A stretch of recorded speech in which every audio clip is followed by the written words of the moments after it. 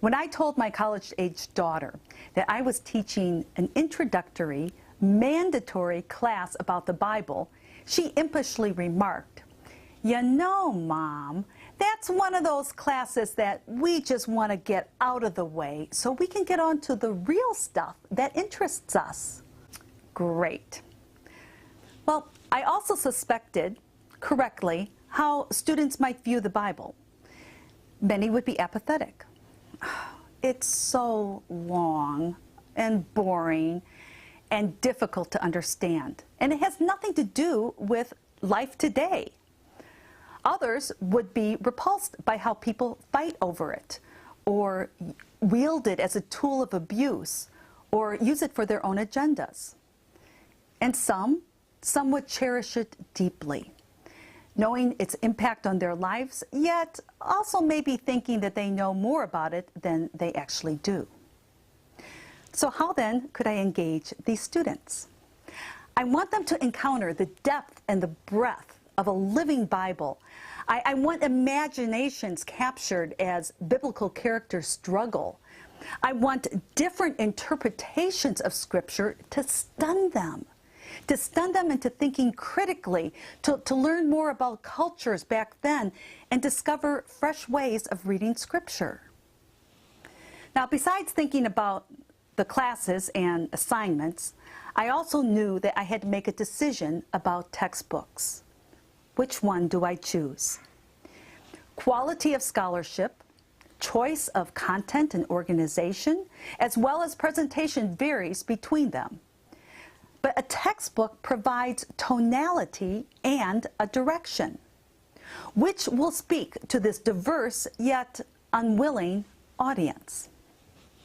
Now, between my high regard for the integrity of Fortress Press and recommendations from the religion department at Belmont University, I selected the Bible, an introduction by Jerry L. Sumney. Reading it was like having an engaging conversation, and students agreed. It addressed issues with which they were struggling and introduced thoughts about which they had never considered. Now, let me give you some examples. An overconfident Christian was humbled by how much he did not know about the Bible. And after the first quiz, he actually started reading them. Now, two women from other faith traditions told me that this was the first time that they had ever understood the person and message of Jesus Christ. Now, using thoughtful perspectives from the textbook, students were able to talk about homosexuality, the role of women, and the church. But students also related to the emotions. Emotions within the Bible, as the textbook clarified what was at stake in the stories and how people might feel. One young man was initially scathing about the Bible. He wrote at the end of the class that after being introduced to different ways of interpreting Scripture, that this approach saved his faith. And yet another woman, nominally a Christian, admittedly, became curious, even to the point of telling me that she had joined a Bible study. And then there was a brilliant student who found validation about some of his legitimate concerns, while also encountering integrity about substantive thought with which he could wrestle.